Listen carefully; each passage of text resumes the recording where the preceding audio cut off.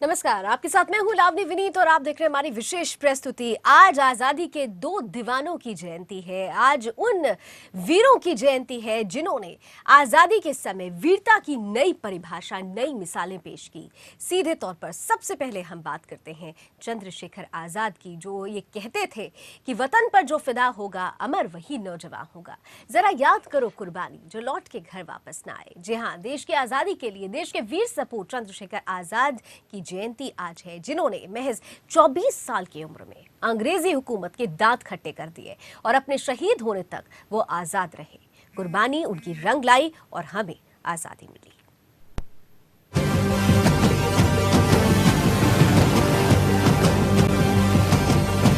दुश्मन की गोलियों का हम सामना करेंगे, आजाद ही रहे हैं, आजाद ही रहेंगे। ये लाइनें हैं देश के 24 वर्षीय महान क्रांतिकारी चंद्रशेखर आजाद, जिन्होंने भारत माँ को आजाद कराने के लिए ये दो लाइन महज लिखी नहीं बल्कि इन्हें अपना जीवन बना लिया। और इस युवा क्रांतिकारी ने कसम खाई थी कि वो कभी भी अंग्रेजी हुकूमत के हत्थे नहीं चढ़ेंगे, और वैसा ही हुआ। आजादी का ऐसा जुनून कि अपना नाम तक आजाद रख लिया। कहा जाता है कि क्रांतिकारी विचारों से लैस चंद्रशेखर को जब मजिस्ट्रेट के आगे पेश किया गया तो वहां उन्होंने अपना नाम आजाद बताया। यही नहीं, उन्होंने कहा कि उनके पिता का नाम स्वतंत्रता है और उनका घर जेल है। साल 1925 में काकोरी कांड के बाद संगठन की जिम्मेदारी आजाद पर आ गई। 1988 में संगठन का नाम बदलकर हिंदुस्तान सोशलिस्ट रिपब्लिक एसोसिएशन कर दिया गया। आजाद अंग्रेजों से लोहा लेने की योजनाएं बनाते रहते थे। इसी सिलसिले में वो इलाहाबाद के अल्फ्रेड पार्क में प्रसिद्ध क्रांतिकारी सुखदेव के साथ अपने एक अन्य साथी से मिलने गए थे। उस दिन 27 फरवरी 1931 को क्रांतिकारियों के वहां होने की जानकारी अंग्रेजों को मिल गई। उन्हें चारों तरफ से घेर लिया गया। बचने का कोई रास्ता न देख उन्होंने पुलिस पर ही हमला कर दिया ताकि सुखदेव वहां से निकलकर भाग सके। इस क्रम में वो गोलियों से बुरी तरह घायल हो गए। आधे घंटे तक चली लड़ाई के बाद उन्होंने अपनी प्रतिज्ञा के मुताबिक पिस्तौल की आखिरी गोली खुद को मार ली, लेकिन अंग्रेजों की गिरफ्त में नहीं आए। उनकी वो खास पिस्तौल आज भी इलाहाबाद की म्यूजियम में देखी जा सकती है। भास्कर तिवारी के साथ ब्यूरो रिपोर्ट, सुदर्शन न्यूज। तो स्वतंत्रता संग्राम को एक नया आयाम, एक नई राह देकर गया भारत माता का ये वीर सपूत। आइए एक नजर डालते हैं चंद्रशेखर आजाद की खास बातों पर। गांधी जी द्वारा असहयोग आंदोलन को अचानक बंद कर देने के कारण उनकी विचारधारा में बदलाव आया। चंद्रशेखर आजाद दरअसल गरम दल के नेता कहे जाते रहे। आजाद क्रांतिकारी गतिविधियों से जुड़कर हिंदुस्तान रिपब्लिक एसोसिएशन के सक्रिय सदस्य बन गए। इसके बाद चंद्रशेखर सिर्फ 14 साल की उम्र में ही 1921 में गांधी जी के असहयोग आंदोलन से जुड़ गए थे और तभी उन्हें गिरफ्तार कर लिया गया था। जब जज ने उनसे उनके पिता का नाम पूछा तो जवाब में चंद्रशेखर ने अपना नाम आजाद और पिता का नाम स्वतंत्रता बताया। पता जेल का बताया। यहीं से चंद्रशेखर सीताराम तिवारी का नाम चंद्रशेखर आजाद पड़ गया। एक बार इलाहाबाद में पुलिस ने उन्हें घेर लिया और गोलियां दागनी शुरू कर दी, लेकिन इसी बीच दोनों ओर से गोलीबारी हुई। चंद्रशेखर आजाद ने अपने जीवन में एक कसम खा रखी थी कि वो कभी भी अंग्रेजों की गोली का शिकार नहीं होंगे, वो कभी भी जिंदा पुलिस के हाथ नहीं आएंगे, और इसलिए उन्होंने अपनी ही पिस्तौल से खुद को गोली मार ली। जिस पार्क में उनका निधन हुआ था, आजादी के बाद इलाहाबाद के उस पार्क का नाम बदलकर चंद्रशेखर आजाद पार्क रखा गया है। आज भी उस पार्क में खास तौर से चंद्रशेखर आजाद ने जिस पेड़ के नीचे अपने आप को गोली मारी थी, उसको खास जगह, खास स्थान दिया गया है। आजाद का प्रारंभिक जीवन आदिवासी इलाके में बीता। बचपन की अगर बात की जाए तो आजाद ने भील बालकों के साथ खूब धनुष बाण चलाए। जीवन काफी विपरीत परिस्थितियों से भी गुजरा। इस प्रकार उन्होंने निशानेबाजी बचपन में नहीं सीखी। महान क्रांतिकारी शहीद चंद्रशेखर आजाद और लोकमान्य बाल गंगाधर तिलक के जन्मदिन पर सुदर्शन न्यूज के प्रांगण में भी जयंती समारोह मनाया गया। इस अवसर पर शहीदों की प्रतिमाओं पर माल्यार्पण कर उन्हें श्रद्धांजलि अर्पित की गई। इस दौरान शहीदों की कुर्बानी को याद करते हुए देश हित में नारे भी लगाए गए। पंडित चंद्रशेखर आजाद अमर रहे। पंडित चंद्रशेखर देश भर में करगिल विजय दिवस की तैयारियां जोरों पर है। तैयारियों को देखते हुए देश भर में शहीदों के सम्मान में रैली का आयोजन किया जा रहा है। दिल्ली में भी यमुना स्पोर्ट्स कॉम्प्लेक्स से इंडिया गेट तक बाइक रैली का आयोजन किया गया। इस रैली में भारी संख्या में देशभक्त बाइक के साथ शामिल हुए। रैली में सुदर्शन न्यूज के प्रधान संपादक सुरेश चौहान जी के साथ कई गणमान्य भी शामिल हुए। साथ ही सुदर्शन न्यूज के प्रधान संपादक सुरेश चौहान ने अमर जवान ज्योति पर उपराष्ट्रपति उम्मीदवार वेंकैया नायडू के साथ शहीदों को श्रद्धांजलि भी अर्पित की।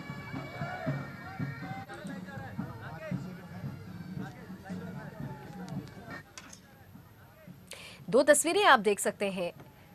शहीदों को याद करते हुए बाइक रैली के आयोजन का हिस्सा बने सुदर्शन न्यूज के प्रधान संपादक सुरेश चौहान जी और वहीं दूसरी ओर अमर जवान ज्योति पर पहुंचकर इस देश के वीर सपूतों को श्रद्धांजलि भी दी। इस दौरान उपराष्ट्रपति पद के लिए उम्मीदवार वेंकैया नायडू और केंद्रीय राज्य मंत्री वीके सिंह और तमाम सेना के वरिष्ठ सदस्य भी मौके पर मौजूद रहे। और वहीं सुदर्शन न्यूज के प्रधान संपादक सुरेश चौहान जी ने देशवासियों को संबोधित करते हुए क्या कुछ कहा, आइए आपको सुनाते हैं। भारत माता की, भारत माता की, वंदे। आज हमारे साथ यहाँ पर मंच पर मौजूद जिनको आज ही भारत के उपराष्ट्रपति कहना चाहिए और उनका ये पहला नियुक्ति होने के बाद सैनिकों के बीच का कार्यक्रम है। ये सीधा सीधा इस देश के दुश्मनों को इशारा है, ऐसा मैं मानता हूँ कि वो घोषणा होने के बाद अपना पहला कार्यक्रम सैनिकों के बीच कर रहे हैं। अपने प्रोफेशनल लाइफ में सेना में सर्विस देने वाले और अभी अपने राजनीतिक लाइफ में राजनीति के द्वारा से भारत को सर्विस देने वाले VK Singh ji, veterans India के अध्यक्ष मिश्रा जी जो रिटायर्ड है लेकिन टायर नहीं, ऐसे बीडी मिश्रा जी, जीडी बख्शी जी, उपस्थित मंच पर अन्य लोग, माता भगिनी। सुदर्शन चैनल हमेशा ही केवल चैनल नहीं, देश नंबर 1 बनाना इस नारे के साथ देश के सैनिकों के साथ रहता है, आगे भी रहेगा। आज देश में 158 जगह पर 158 लोकेशन पर वेटरन्स इंडिया की आज कारगिल पराक्रम परेड को हमने दिखाया है, आगे भी दिखाते रहेंगे। आज के इस मौके पर मैं यही कहूंगा, जो मैंने आज काफी सालों बाद बाइकर्स के साथ यहाँ इंडिया गेट तक आया, वेंकैया जी उनका जोश ऐसा था कि अगर उनको यहाँ नहीं रोकते तो ये पाकिस्तान जा सकते थे। और केवल पाकिस्तान ही नहीं, जब मैंने कहा कि पाकिस्तान चलना है तो उन्होंने कहा आधे उधर जाएंगे। और अब जिन्होंने हमारी मानसरोवर की यात्रा रोकी है उस चीन के बीजिंग में भी जाएंगे। तो ये जोश के साथ मैं तमाम उन सब लोगों का आभारी हूँ जिन्होंने आज के इस कार्यक्रम को यशस्वी बनाने के लिए अपना सहयोग दिया। मैं खुद आज ज्यादा बोलने के बजाय सुनना चाहता हूँ और खास करके वीके सिंह जी और वेंकैया जी को सुनना चाहता हूँ। जय हिंद। और जाने माने defence expert retired wing commander Prafull Bakshi ji इस वक्त हमारे साथ फोन लाइन पर जुड़ रहे हैं। प्रफुल्ल जी, बहुत बहुत स्वागत है आपका सुदर्शन न्यूज में। खास तौर से आज आजादी के 2 बड़े महान दीवानों की जयंती है, चंद्रशेखर आजाद जी और बाल गंगाधर तिलक। ये 2 नाम जब हम लेते हैं तो हमारे रग रग में सीधे तौर पर आज़ादी के वो तराने और वो तमाम पहलू आने लगते हैं जिसे लेकर आज हम और आप स्वतंत्रता के माहौल में सांस ले रहे हैं। लेकिन आज जो बदलाव आया है, आप इन दोनों के ही जीवन को लेकर कितना प्रासंगिक समझते हैं? आज के दौर में कितना जरूरी हो गया है चंद्रशेखर आजाद और बाल गंगाधर सरीखे लोगों का इस वक्त रहना? देखिए, गंगाधर तिलक, बाल गंगाधर तिलक, चंद्रशेखर आजाद, भगत सिंह, ये सब इनको मैं कैटेगरी में बोलता हूँ फादर ऑफ द नेशन, जिन्होंने हमारे नेशन को बनाया है। और ये जो फादर ऑफ नेशन की उपाधि जो लोगों को देते हैं, मैं उससे सहमत नहीं हूँ।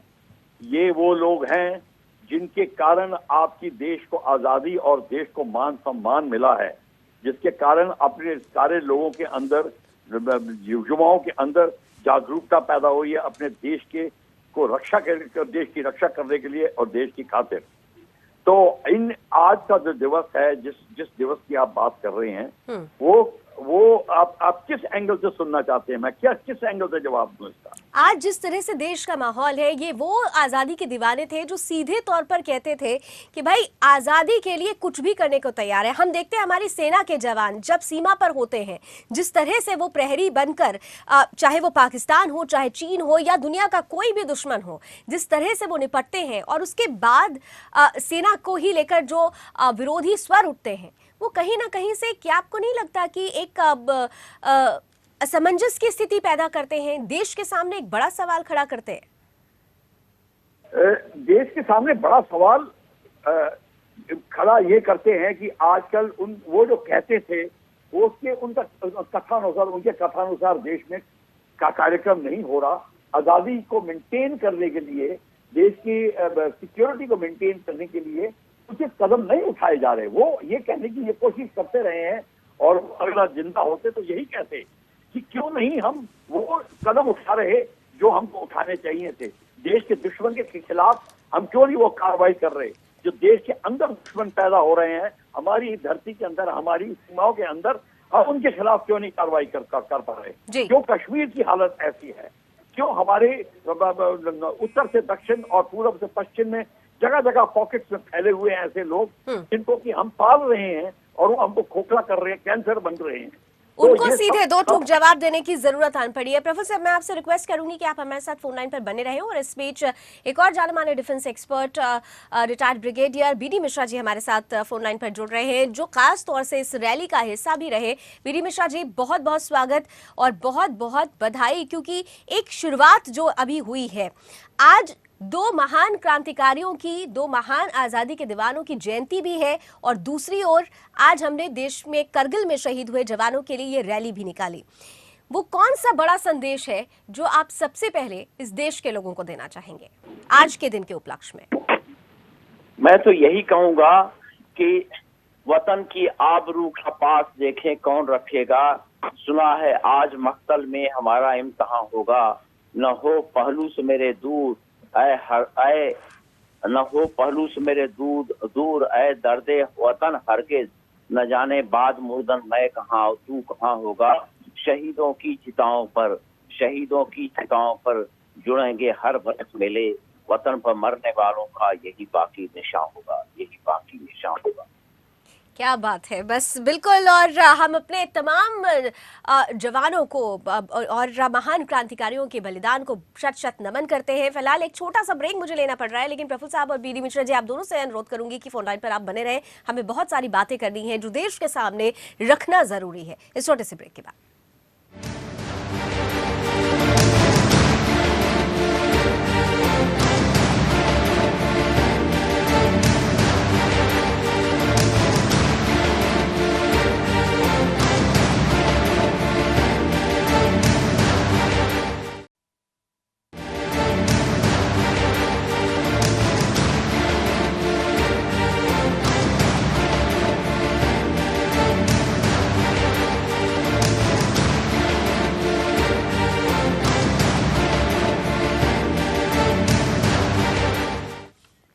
तो आजादी के आज दो दीवानों की जयंती है, चंद्रशेखर आजाद और बाल गंगाधर तिलक, जिन्होंने स्वतंत्रता संग्राम में महत्वपूर्ण योगदान दिया। और आज के दौर में उनके जीवन की कितनी बड़ी प्रासंगिकता है, हम इसे ही समझने की कोशिश कर रहे हैं। दो खास मेहमान मेरे साथ लगातार बने हुए हैं। मेरे साथ retired wing commander Prafull Bakshi ji हैं और साथ ही साथ retired brigadier BD Mishra ji phone line पर बने हुए हैं। बीडी मिश्रा जी, पहले मैं आपके पास आऊंगी। हमें याद है कि बाल गंगाधर तिलक ने कहा था कि स्वराज मेरा जन्मसिद्ध अधिकार है और मैं इसे लेकर रहूंगा। आपको नहीं लगता कि वो जो पंक्तियां थी, आज उस पंक्तियों की फिर से एक बार जरूरत है? हमारे देश में जिस तरह से रेडिकल फोर्सेस बढ़ती जा रही हैं, कहीं ना कहीं से जो हमारी आइडियोलॉजी है, जो हमारा हिंदुइज्म है, उसे आघात पहुंचाने की कोशिश की जा रही है और दौर उससे आजाद, उन तमाम रेडिकल फोर्सेस से आजादी का दौर आ चुका है जिन्होंने देश की छवि को बिगाड़ने की पूरी कोशिश की है। बीडी मिश्रा जी,